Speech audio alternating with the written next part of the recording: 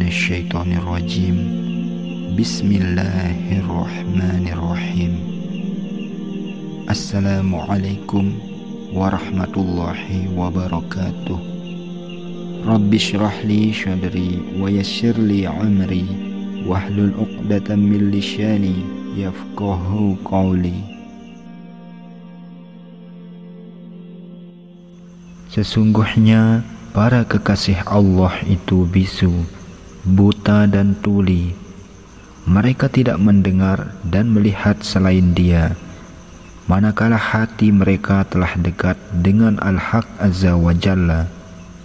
Mereka telah memperoleh karunia berupa kedekatan, mahabbah dan haibah atau wibawa.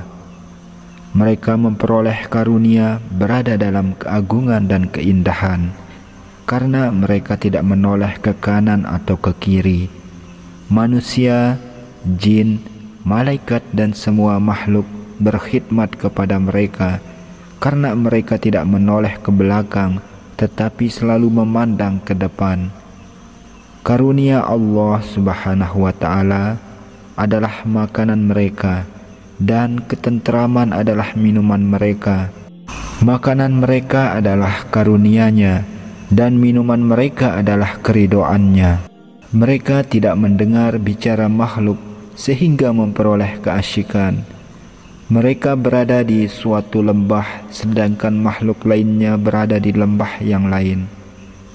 Pekerjaan mereka adalah menuntun manusia ke pintu Al-Haq Azza wa Jalla dengan hujjah yang benar, menempatkan sesuatu pada tempatnya, dan memberikan keutamaan orang yang memiliki keutamaan. Mereka memerintahkan manusia agar menjalankan perintah Allah Subhanahu wa ta'ala dan melarang mereka dari mendurhakainya. Mereka tidak pernah menuntut haknya karena mereka memang tidak mementingkan dirinya. Cinta dan benci mereka terhadap sesuatu hanyalah karena Allah Subhanahu wa ta'ala. Mereka hanya untuk Allah Subhanahu wa ta'ala, bukan untuk selainnya. Mereka mempunyai bagian kemuliaan. Manusia, jin, malaikat, bumi dan langit akan suka kepada orang-orang yang mempunyai sifat-sifat seperti itu, sehingga mereka berhak untuk bersuhbah dan mendapatkan kejayaan. Wahai orang munafik, wahai penyembah makhluk dan asbab, wahai orang yang melupakan Allah Subhanahu wa ta'ala, kalian menginginkan sesuatu yang tidak mendatangkan kemuliaan bagimu. Hendaknya kalian menyerah dan bertaubat. Hendaknya kalian belajar, beramal dan ikhlas dalam beramal. Jika tidak, kalian tidak akan mendapatkan petunjuk. Celaka engkau, di antara engkau dan aku tidak ada permusuhan. Sungguh, aku hanya mengatakan yang sebenarnya.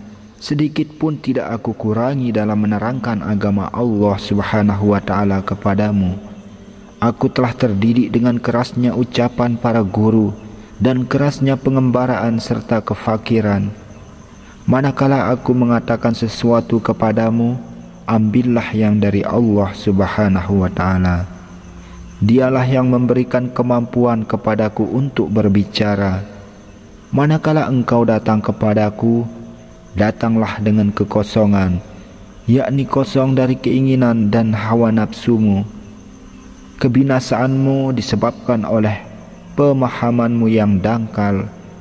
Manakala engkau mempunyai basyirah atau pandangan mata hati, tentu engkau akan melihatku dalam keadaan kosong pula. Wahai orang yang ingin bersyuhbah kepadaku, hendaknya engkau berprasangka baik kepadaku dan menjalankan apa yang aku sarankan. Dengan cara itu, insya Allah engkau akan berhasil. Dengan kolamnya, para nabi alaihi salam telah terdidik oleh Al-Haq Azza wa Jalla. Hadis menjadi sumber ilham bagi hati para kekasih Allah. Dengan hadislah mereka terdidik. Para kekasih Allah adalah penerus dan pengganti para nabi. Allah Subhanahu wa Ta'ala yang Maha berbicara telah berbicara kepada Musa alaihissalam. Segala sesuatu yang gaib berada dalam pengetahuan Zat yang Maha mengetahui. Tanpa perantara, Dia berbicara kepadanya dengan ucapan yang dapat dipahami olehnya, kemudian sampai kepada akalnya. Allah Subhanahu wa Ta'ala juga berbicara kepada Nabi kita Muhammad sallallahu alaihi wasallam. Al-Quran adalah tali Allah Subhanahu wa Ta'ala yang kuat di antara engkau dan Tuhanmu. Sebagaimana yang beliau ceritakan, Jibril telah membawa turun dari langit dari sisi Allah Subhanahu wa Ta'ala kepada Rasulnya sallallahu alaihi wasallam. Kita jangan sampai mengingkari dan menentangnya. Ya Allah, tunjukilah semua manusia, terimalah taubat mereka semua dan kasihanilah mereka. Amin amin ya rabbal alamin. Dikisahkan bahwa ketika Amirul Mukminin Al-Mu'tasim billah hendak wafat, dia berkata, "Demi Allah, aku bertaubat kepada Allah Subhanahu wa Ta'ala karena perbuatanku terhadap Ahmad bin Hanbal rahmatullah alaih. Sesungguhnya aku benar-benar mengetahui keadaannya, sedangkan orang lain hanya ikut-ikutan saja.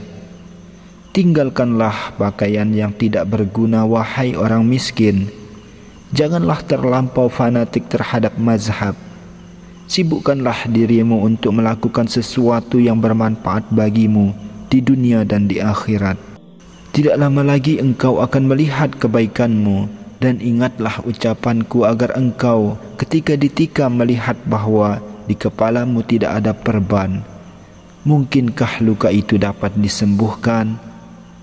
Hendaknya engkau mengosongkan hatimu dari cita-cita dunia. Tidak lama lagi dunia akan engkau tinggalkan. Janganlah engkau mencari kesenangan hidup yang tidak pernah engkau capai." Nabi SAW telah bersabda, kehidupan yang sebenarnya adalah kehidupan di akhirat. Manakala engkau telah memangkas angan-anganmu, berarti engkau telah bersikap zuhud terhadap dunia. Zuhud yang sebenarnya adalah pendeknya angan-angan terhadap dunia. Hendaknya engkau menjauhi teman-teman yang buruk dengan cara memutuskan keakraban dengan mereka. Hendaknya engkau bergaul dengan orang-orang saleh. Hendaknya engkau menjauhi kawan buruk meskipun ia dekat denganmu. Dekatilah orang baik meskipun ia jauh darimu. Setiap pergaulan akan menumbuhkan pengaruh. Oleh sebab itu, perhatikanlah dengan siapa engkau bergaul. Jika ada yang bertanya tentang arti dekat, jawabnya adalah keakraban dan kasih sayang. Entah itu bagianmu atau bukan, janganlah engkau meminta agar dirimu tidak tercela. Adapun jika meminta yang bukan bagianmu, hal itu akan menjadikan dirimu hina dan dibenci. Dalam hal ini, Nabi SAW bersabda, termasuk dari siksa Allah kepada hambanya ialah ia meminta sesuatu yang bukan menjadi bagiannya.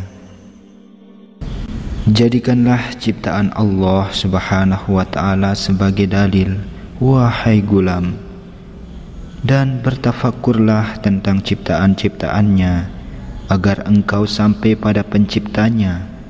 Dua mata, yakni mata zahir dan mata batin, dimiliki oleh seorang mukmin yang yakin dan arif. Ciptaan Allah di bumi dapat dilihat dengan mata zahir, sedangkan ciptaan Allah di langit dapat dilihat dengan mata batin. Jika hijab di hatinya telah hilang, dia akan melihat tanpa kesamaran atau keraguan, lalu dia menjadi dekat dan dikasihi. Bagi orang yang dikasihi, tidak ada sesuatu pun yang tersembunyi darinya. Ia akan jauh dari makhluk, nafsu, tabiat, keinginan dan syaitan. Manakala hijab telah dibuka dari hatinya, ketika dia melemparkan kunci-kunci khazanah bumi dari tangannya, maka bagiannya sama antara batu dan tanah. Renungkanlah ucapanku, jadilah orang yang berakal. Aku berbicara dengan mendalam sebagai nasihat yang amat berharga. Oleh karena itu, pahamilah.